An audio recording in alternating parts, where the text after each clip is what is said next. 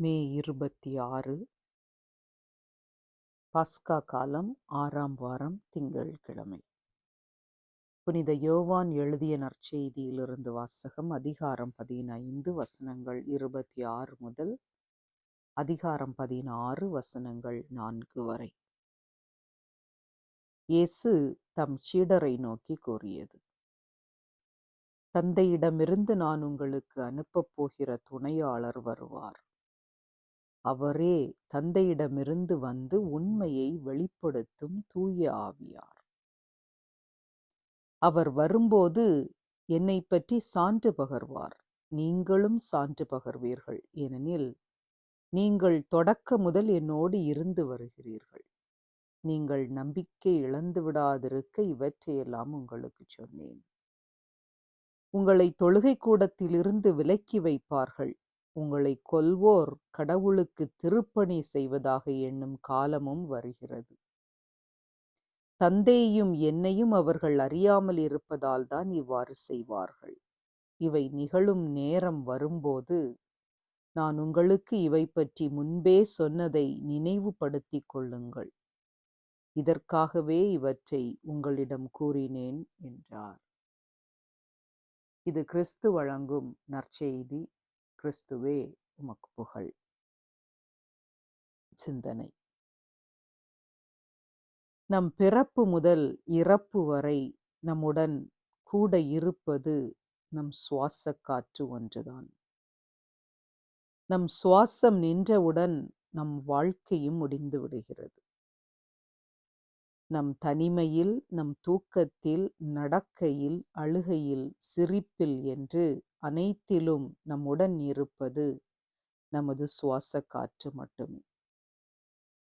நாம் கோபம் கொண்டால் சூடாவதும் அந்த சுவாசமே. நாம் பரபரப்பாக இருந்தால் பதற்றமடைவதும் அதே சுவாச காற்றே. அமைதியாக இருந்தால் இலகுவாக இருப்பதும் அதே சுவாச காற்றே. சுவாச காற்றே உள்ளே செல்வதையும் சுவாசித்த காற்று வெளியே வருவதையும் உணர்தலே நம் சுவாசத்தின் அடையாளம். இந்த காற்று தூய்மையானதாக இருக்க வேண்டும். அதற்கு தூய ஆவியானவரின் துணை வேண்டும் என்று குறிப்பிடுவதே இன்றைய நற்செய்தி வாசகம். புனித பவுல் தன் மடலில் ஆவிக்குரிய இயல்பு ஊன் இயல்புக்குரிய இயல்பு என்று குறிப்பிடுகின்றார். ஆனால் ஆவிக்குரிய இயல்பு சிறந்தது என்றும் கூறுகின்றார். இந்த ஆவிக்குரிய இயல்புதான் மனித வாழ்வையே மாற்றி அமைக்கக்கூடியதாக இருக்கின்றது. அதனால்தான் பவுல் தன் மடலில் ஆவிக்குரிய கனிகள், கொடைகள் பற்றி பேசுகின்றார்.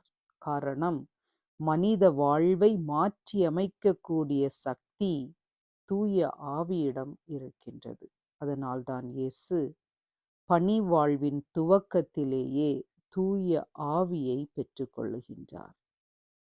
நம்முடைய சுவாசம் தூய்மையாக இருக்க தூய ஆவியின் கனிகளை உட்கொள்ளுகின்றோமா? தூய ஆவியின் கொடைகளை அணிகலன்களாக அணிந்துள்ளோமா என்பதை கேட்டு பார்க்கவே இன்றைய வாசகம் நம் ஒவ்வொருவருக்கும் அழைப்பு தருகின்றது. ஆவியை தருபவரான இயேசுவே, உம்மை போற்றி புகழ்ந்து ஆராதிக்கின்றோம். நீர் எங்களுக்கு தந்துள்ள ஆவியானவராம் அருள் கொடைகளை, ஆவியானவரின் கனிகளை நாங்கள் உணர்ந்து அனுபவிக்க எங்கள் ஒவ்வொருவருக்கும் அருள் தாரும். உமக்கே புகழ், உமக்கே மாட்சி, உமக்கே நன்றி. ஆமென்.